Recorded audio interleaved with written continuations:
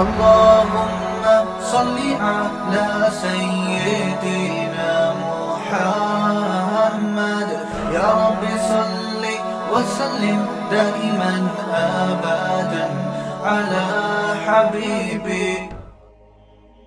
تو میں بات یہ کر رہا تھا کہ اللہ سے آگے نکلنا کی جو کوشش کرتے ہیں نا, کچھ لوگ تو عقل استعمال نہیں کرتے, ان کا تو میں نے مختصر سا بیان کر دیا. کچھ ہوتے ہیں جو عقل اتنی استعمال کرتے ہیں کہ اللہ سے بھی آگے نکلنے کی کوشش کرتے ہیں. تو ان کی کتنی قسمیں ہیں بولو نا؟ دو. آپ نے دونوں قسموں سے اپنے آپ کو بچانا ہے. ایک قسم تو وہی ہے جو میں نے بتایا, جو کافروں کی قسم ہے. وہ کہتے ہیں اچھے اور برے کو ہم خود ڈیفائن کریں گے, اس کے لیے ہمیں اللہ سے پوچھنے کی بالکل بھی ضرورت نہیں. مسلمانوں میں بھی ایسے لوگ پیدا ہو گئے. کافر یہ کام کرے تو سمجھ میں آتا ہے بھائی وہ تو مانتا ہی نہیں, لیکن مسلمانوں میں بھی ہو گئے. مسائل علماء سے پوچھنے کے بجائے خود سے فیصلے کر رہے ہوتے ہیں یا کورٹ سے پوچھ رہے ہوتے ہیں. بھائی کورٹ کا فیصلہ وہاں مانا جائے گا جہاں اسلام کا فیصلہ ہمارے سامنے بولو نہیں ہے, جہاں اسلام کا فیصلہ ہے. اگر آپ کی وراثت ہے, آپ نے وصیت کی کہ میرے مرنے کے بعد میری یہ ساری وراثت عیدی سینٹر کو دے دی جائے یا فلاں ٹرسٹ کو یا فلاں مدرسے میں دے دی جائے, بالفرض کورٹ نے اس فیصلے کو نافذ کر دیا. اول تو کرتی نہیں ہے, یہاں کورٹ بھی اسلام کی پابند ہے, لیکن بالفرض کر دیا. اب ہوتا کیا ہے, وارث وہ مفتیوں کے پاس جاتے ہیں, مفتی فتویٰ دیتا ہے کہ ابا کی یہ وصیت کالعدم ہے. شریعت میں یہ جو وصیت ہے نا 1/3 سے زیادہ, یہ کیا ہے بولو نا؟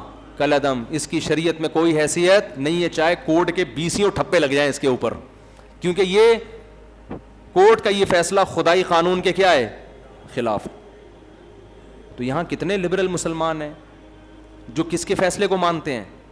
کورٹ کے فیصلے کو. یہاں تو اس لیے نہیں مانتے کہ ساری وراثت ابھی ان کو مل رہی ہے, لیکن بعض دفعہ یہ ہوتا ہے کہ وہ وراثت آپ کو نہیں مل رہی ہوتی شریعت کے فیصلے کی وجہ سے, وہ آپ کا حق نہیں ہوتا. یہ مسائل تو ہمارے پاس بہت آتے ہیں. نیچے کا مکان تھا, بڑے بھائی نے اوپر کی پورا پورشن بنا دیا. یہ مسئلہ مفتیوں سے بہت پوچھا جاتا ہے. ابا کا ہو گیا انتقال, مکان کس کا تھا؟ ابا کا. اوپر پورشن کس نے بنا دیا؟ بڑے بھائی نے. وہ سعودیہ میں یا امریکہ میں جاب کر رہا تھا, اس نے کہا چلو ایک پورشن میں بنا دو. اب جب مفتیوں کے پاس, اب وہ کہہ رہا ہوتا ہے کہ یہ سارا یہ پورا پورشن کا میں مالک ہوں. یہ پورے پورشن کا کون مالک ہے؟ نیچے والے کہہ رہے ہوتے ہیں کہ یہ پورشن اپنا یہاں سے ہٹاؤ. اب یہاں کورٹ جو بھی فیصلہ کرے, آپ نے فیصلہ کس سے کروانا ہے؟ اسلام سے فیصلہ کروانا ہے, علماء سے فیصلہ کروانا ہے. اور 20 مسائل ہیں. بعض دفعہ یہ ہوتا ہے ابا کے گھر میں ریپیئرنگ کا کام ایک بیٹے نے کیا, 20 لاکھ روپے لگا دیا گھر کی ریپیئرنگ میں, 30 لاکھ روپے لگا دیے. مفتیوں کے پاس جب آئیں گے نا, مفتی کہیں گے ان کو ثواب کے علاوہ کچھ بھی نہیں ملے گا. 30 لاکھ روپے بڑے بیٹے نے ابا کے گھر کی ریپیئرنگ پہ لگا دیے. گھر ٹوٹا پھوٹا تھا, اس نے بڑا اچھا خوبصورت ٹائلیں شائلیں لگا کے کیا کر دیا. اب جب ابا کا انتقال ہو گیا, وہ کہہ رہا ہے یہ گھر 1 کروڑ کا ہے, 30 لاکھ تو اس میں میرے لگے ہوئے ہیں.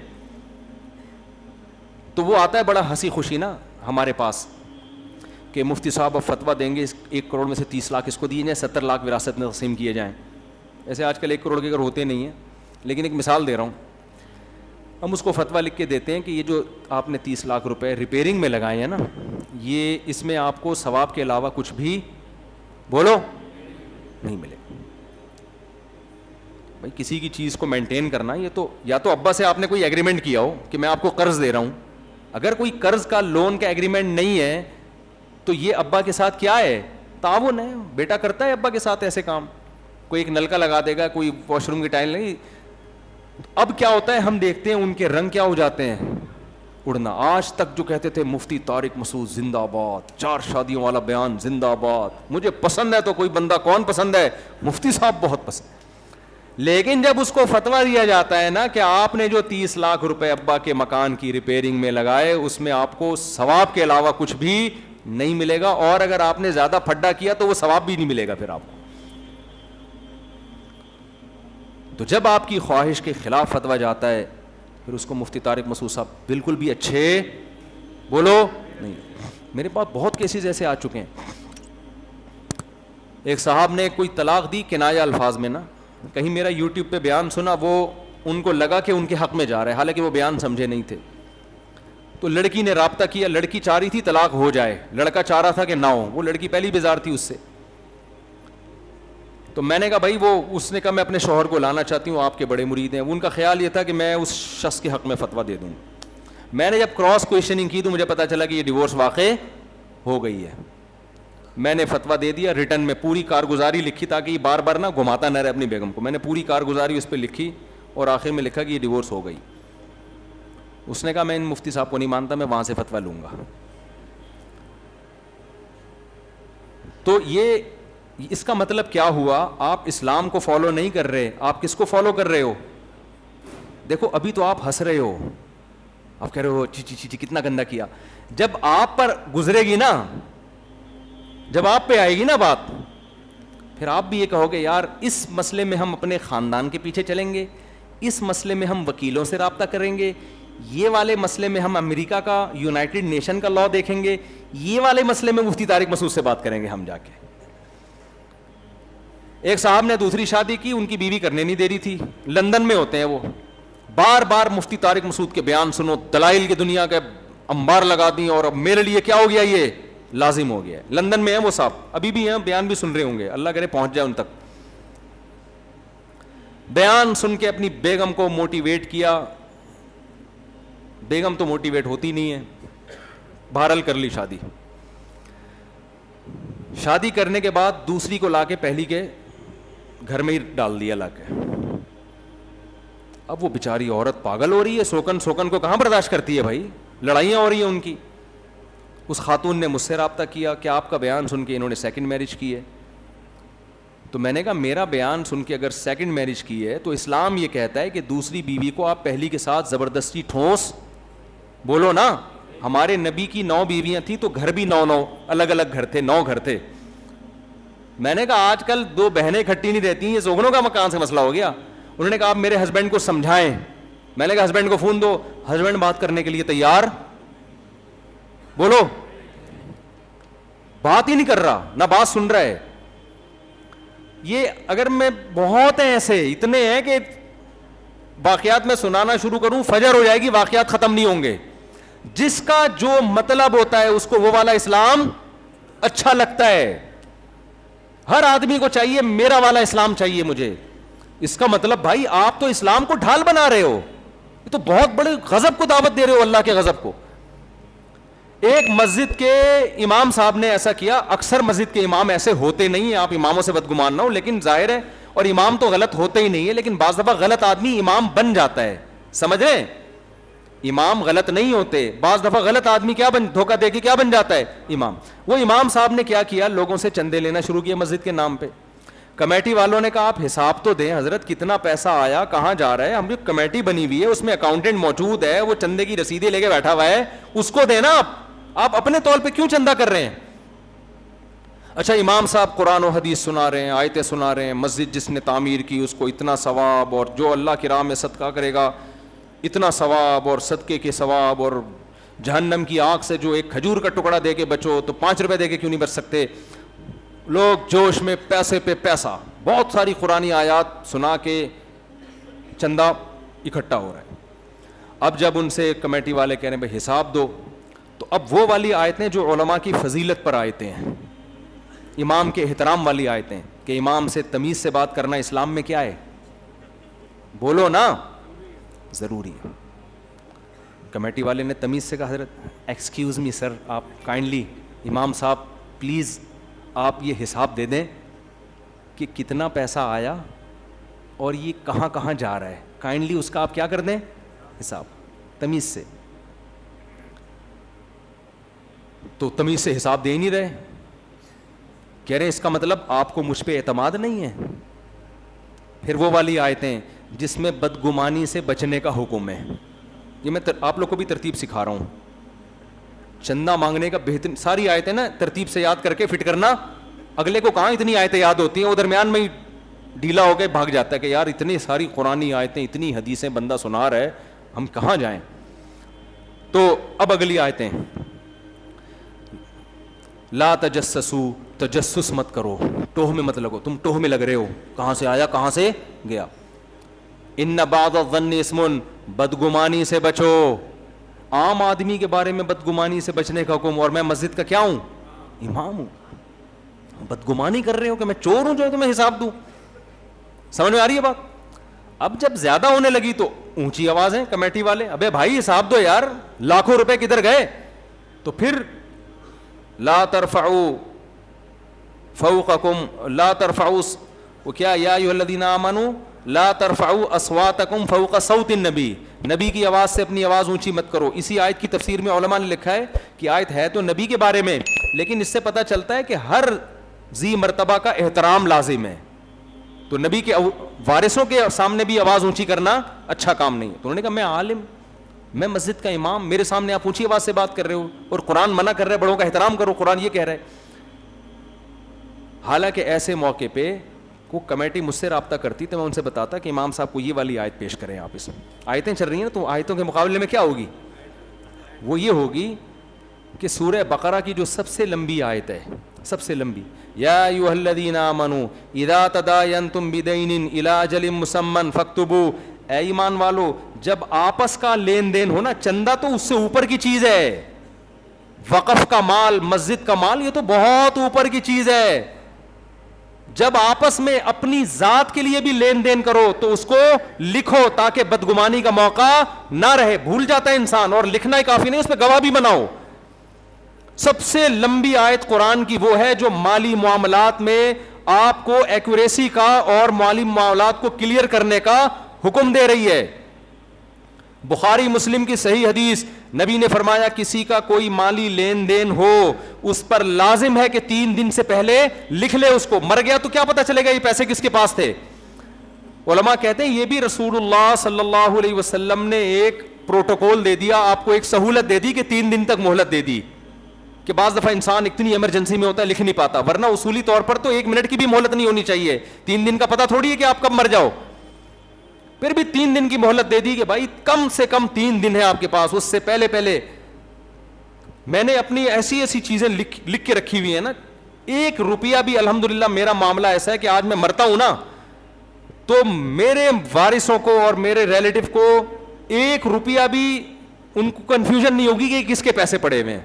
آج کل تو اپلیکیشن آ گئی ہیں, اس کی PDF میں آپ گوگل ڈرائیو میں بیک اپ بنا کے رکھ سکتے ہو, اس کا پاسورڈ 2-4 آدمیوں کو دے دو آپ, اپنے خاص جاننے والوں کو, کہ مر گیا تو بھائی یہ روزانہ میں اس کو اپ ڈیٹ کر رہا ہوں ڈیلی بیسس کی بیس پہ. آپ دیکھو کروڑوں روپے لوگوں کے پاس ہوتے ہیں فلاں کے. کچھ دن پہلے ایک واقعہ آیا, ایک آدمی نے 7-8 کروڑ کا پلاٹ خریدا, پیمنٹ کر دی اسٹیٹ ایجنٹ کو, اس بیس پہ کہ کل مجھے فائل مل جائے گی اور ڈاکومنٹ مجھے کل مل جائیں گے. رات کو اس اسٹیٹ ایجنٹ کو ہارٹ اٹیک ہوا, مر گیا وہ. اب یہ جا رہا ہے اس کے وارثوں سے, وہ کہہ رہے بھائی آپ کیا ثبوت ہے آپ کے پاس؟ کوئی ثبوت نہیں ہے, کیونکہ ہر آدمی نے فرض کیا ہوا ہے کہ نہ یہ مرے گا اور نہ میں مروں گا. یہ خامخواہ کی پتہ نہیں خوش فہمی ہمارے کہاں سے آ جاتی ہیں. ہم یہ سمجھتے ہیں میں جب مروں گا نا تو مرنے سے پہلے جبریل, وہ موت کا فرشتہ آئے گا, مجھے بتائے گا کہ وہ کیا ہے, وہ جو اناؤنسمنٹ ہو رہی ہوتی ہے نا سحری کا وقت, ہمارے یہاں اناؤنسمنٹ ہوتی ہے سحری کا وقت ختم ہونے میں اتنے منٹ باقی ہیں. آج کل وہ ختم ہو گئی ہے, تو اناؤنسمنٹ ہوگی کہ آپ کی زندگی ختم ہونے میں 2 سال باقی ہیں. پھر اناؤنسمنٹ ہوگی ابھی 1 سال باقی ہیں. اب 6 مہینے جیسے ایئرپورٹ پہ اناؤنسمنٹ ہو رہی ہوتی ہے نا, وسیم بھائی کہاں رہ گئے, جہاز کھڑا ہوا ہے انتظار میں, ہو رہی ہوتی ہے نا اناؤنسمنٹ, یہ آخری اعلان ہے, اب دوبارہ اعلان نہیں کیا جائے گا. تو ہم سمجھتے ہیں کہ موت کے آنے سے پہلے فرشتہ اعلان کرے گا بھائی 1 سال رہ گیا ہے, تو یہ جو سالگرہ منا رہا ہے آخری کیک ہے, اس کے بعد تیری زندگی تجھے کیک کھائے گا, لیکن یہ والا کیک اب تو کبھی بھی نہیں کھائے. ایسی کوئی اناؤنسمنٹ کا انتظام اللہ کی طرف سے نہیں ہے. بیٹھے بیٹھے لوگ مر جاتے ہیں بھائی, اور کراچی میں تو کوئی بھی کسی بھی ٹائم پہ مر سکتا ہے. آج کسی نے مجھے ایک کلپ بھیجا, 2 بندے بائک پر آئے, ایک بندہ موبائل میں کچھ دیکھ رہا ہے, 2 بندے بائک پر آئے, جیسے ہی آئے اس نے موبائل پکڑا دیا. وہ کہہ رہے بھائی ہم ایڈریس پوچھنے کے لیے آئے تھے یار. کراچی میں حالات یہ ہو گئے ہیں کہ اب ڈاکوؤں کو آپ سے مانگنے کی ضرورت ہی نہیں ہے. 2 بندے بائک پہ جا رہے ہیں اور لوگ ڈاکو سمجھ کے خود ہی ان کا پہلے سے احترام شروع کر دیتے ہیں. میرے ساتھ ایک دفعہ مسئلہ ہوا, میں رومال لپیٹ کے میں کیونکہ منہ کھول کے جاتا ہوں, پہچانتے ہیں لوگ, بہت تنگ بھی کرتے ہیں بیچارے عقیدت محبت میں, وہ تو عقیدت میں کر رہے ہیں لیکن آدمی تنگ ہو جاتا ہے. مجھے یاد ہے ایک دفعہ میں کیپ پہن کے رومال لپیٹ کے بائک پہ جا رہا تھا, آگے کار والا جو ہے نا اتنا اس کی حالت خراب ہو گئی ہے کہ ہم اس سے بہت دور کر کے ٹرن مار کے میں گیا ہوں کہ ہارٹ اٹیک نہ ہو جائے اس کو, یا کہیں پسٹل نکال کے مجھے مار نہ دے ڈاکو سمجھ کے. کراچی میں تو آپ منہ پہ ڈھاٹا باندھ کے بھی نہیں گھوم سکتے, لوگ ڈاکو سمجھیں گے آپ کو. منہ کھول کے جاؤ گے تو ڈاکو آپ کو شہری سمجھ کے لوٹنا شروع کر دیں گے. کراچی میں یا تو آپ شہری ہو یا کیا ہو, ڈاکو ہو, تیسری کوئی قسم نہیں ہے نا. تو شہری بن کے شریف حلیے میں جاؤ گے تو لٹو گے, اور اگر اسٹائل چینج کر کے جاؤ گے تو لوگ آپ کو لوٹنے والا سمجھ کے مار سکتے ہیں. خیر یہ کراچی کے فضائل پر کسی وقت تفصیل سے انشاءاللہ بیان کریں گے. ابھی تو ہم بیان کو ٹاپک کو جلدی سے سمیٹتا ہوں میں. تو ایک قسم وہ ہے کہ جو اپنی مطلب کا اسلام, جب اپنی مطلب کا, ایک خاتون نے خلا لیا کورٹ سے, بہت دفعہ کورٹ کا خلا معتبر نہیں ہوتا, کورٹ نے وہ شریعت کا لحاظ نہیں کیا ہوتا, بس جو بھی عورت جا رہی ہے کورٹ تو ڈگریاں پھینک رہی ہے ایسے نا, پکڑائی جا رہی ہے, لے بھائی طلاقیں دیتی جا رہی ہے. ہر دفعہ تو بعض ریزن معقول ہوتی ہیں, بعض غیر نامعقول ہوتی ہیں. تو ہم خواتین سے کہتے ہیں جب کورٹ کھلا دے تو کسی مفتی سے پراپر فتویٰ بھی لو کہ یہ ڈیورس ہوئی ہے بھی کہ نہیں ہوئی. تو خاتون نے ایک فتویٰ لیا, ڈیورس نہیں ہوئی تھی. انہوں نے کہا نہیں میں کورٹ کے خلا کو مانتی ہوں, اسلامی کنٹری ہے ایکچولی اسلام, اور ہمارا آئین اسلامی ہے, اور کورٹ کے خلا بس ہم تو اسی کے پابند ہیں, عدالت نے خلا دے دیا. اب جب گھر بیٹھی ہیں 10 سال تک ان کو دوبارہ رشتہ بولو نہیں ملا. پھر مجھے فون کیا کہ جی یہ سنا ہے کورٹ کا خلا شرعاً معتبر نہیں ہوتا, میں پرانے والے کے پاس جانا چاہتی ہوں. اور بعض دفعہ یہ بھی ہوتا ہے کہ پرانے کی ڈیتھ ہو جاتی ہے, اس کی وراثت کے لیے کیا کہ کورٹ کا خلا معتبر نہیں ہے. تو میں نے کہا کہ جب خلا لیا تھا اس وقت پوچھتی نا کہ یہ معتبر ہے بھی کہ نہیں ہے. تو یہ چل رہا ہے مارکیٹ میں. تو دیکھو دنیا میں قانون کی گرفت سے لوگ بچتے ہیں, کورٹ سے بچ جاتے ہیں. جو خدا کی عدالت ہے نا اس سے کوئی بھی نہیں بچ سکتا. اللہ نے پیدا کر کے بھول تھوڑی کیا ہے, چھوڑ تھوڑی دیا اس نے. تو خیر یہ وہ قسم ہے جو اپنی عقل کو شریعت کی عقل پہ ترجیح دیتی ہے, اپنے مطلب کا اسلام لیتی ہے. یہ وہ لوگ بھی ان میں داخل ہیں جو اللہ اس کے رسول سے آگے نکلنے کی کوشش کرتے ہیں. دوسری قسم جس پر میں نے بیان اصل میں کرنا تھا, یہ سارا تمہید میں لگ گیا, وہ بس میں 5 منٹ میں دوسری قسم سمیٹ کے ختم کرتا ہوں. دوسری قسم وہ ہے جو اللہ کے فیصلوں پہ راضی نہیں ہوتی. یہ والی ہول سیل کے حساب سے ہے, یہ بھی اللہ کی عقل سے اپنی عقل کو بڑھانے والی بات ہے. اسی وجہ سے انسان ڈپریشن میں جاتا ہے, اسی وجہ سے انسان اسٹریس میں جاتا ہے, اسی وجہ سے انسان شریعت کا باغی بنتا ہے. اسی کا ان آیتوں میں قرآن نے ذکر کیا ہے کہ تم پر اتنی آفتیں آتی ہیں, اتنی بیماریاں آتی ہیں, زلزلے آتے ہیں, سیلاب آتے ہیں, جانی پریشانیاں, مالی پریشانیاں. یہ اس کی علامت ہے کہ اس زمین کے خدا تم نہیں ہو. تو تم بندے ہو تو اپنے آپ کو بندہ سمجھو. بندے پہ کسی اور کا آرڈر چلتا ہے, بندے کا اپنا آرڈر انسان پر نہیں چلتا. آج ہم چاہتے ہیں ساری خوشیاں دنیا میں سمیٹ لیں, میری مطلب کی ساری چیزیں پوری ہو جائیں, اور جب وہ پوری نہیں ہوتی تو ہم کس میں جاتے ہیں, ٹینشنوں میں جاتے ہیں. تو اللہ نے کہا کہ تم غلام ہو میرے, میں جیسا چاہوں گا تمہیں چلاؤں گا. یحسب ان لن یقدر علیہ, تو سمجھتا ہے تیرے اوپر کسی کو قدرت ہی نہیں ہے. میں جب چاہوں گا تجھے بیمار کر دوں گا, تو صحت کے جتنے اسباب اختیار کر لے. میں جب چاہوں گا تجھے غریب بنا دوں گا, تو دولت کمانے کے جتنے چاہے اسباب اختیار کر لے. بعض دفعہ الٹا ہوتا ہے, دولت کمانے کا کوئی سبب نہیں ہوتا, پیسہ ایسے آ رہا ہوتا ہے سیلاب کی طرح, انسان حیران ہوتا ہے فلاں پیسے کی پلاننگ کر کر کے تھک گیا اور دھیلا نہیں ہے اس کے پاس, اور فلاں کے پاس پیسہ رک نہیں رہا. سمجھ میں آ رہی ہے بات کہ نہیں آ رہی؟ یہ جو موٹیویشن اسپیکر بتا رہے تھے نا, یوں کرو تو پھر یوں پیسہ آئے گا, اور پھر فلاں نے کیا تھا تو آ گیا. ان کو بولو کہ پوری رپورٹیں پیش کیا کرو ہمارے ساتھ. ایک نے کیا پیسہ آ گیا, درجنوں ایسے ہوں گے کر ہی رہے ہیں, مل کچھ بھی نہیں رہا ان کو. خیر محنت کرنی چاہیے, میں اس کے خلاف نہیں ہوں, چلے گی میرے بھائی کس کی مرضی, اللہ کی. تو قرآن اس آیت میں ہمیں تکبر سے منع کر رہا ہے. اس کی ایک قرآن نے مثال دی ہے کہ جس کے پاس دولت آتی ہے نا وہ شو مارنا شروع کر دیتا ہے, اور کیا کہتا ہے, میں نے اتنا پیسہ فلاں جگہ اڑایا, میں نے اتنا پیسہ فلاں جگہ اڑایا, میں یہ, تو 2 ٹکے کا آدمی ہے اور میں اتنا مالدار. تو قرآن کہہ رہے اس بیچارے کو پتہ نہیں ہے کہ یہ انتہائی قسمہ پرسی کی زندگی گزار رہا ہے, میں اگر ذرا سی نظر اس سے ہٹا لوں یہ 2 ٹکے کا آدمی نہیں رہے گا. اور باتیں کیسی کر رہا ہے, سمجھ میں آ رہی ہے بات کہ نہیں آ رہی؟ مفتی طارق مسعود صاحب کے بیانات سننے کے لیے youtube.com/مفتی طارق مسعود کو سبسکرائب کریں, اور اگر آپ لائیو ویڈیو کو کبھی بھی مس نہیں کرنا چاہتے ہیں تو سبسکرائب کرنے کے بعد بیل آئیکن پہ کلک کرنا مت بھولیں. جزاک اللہ.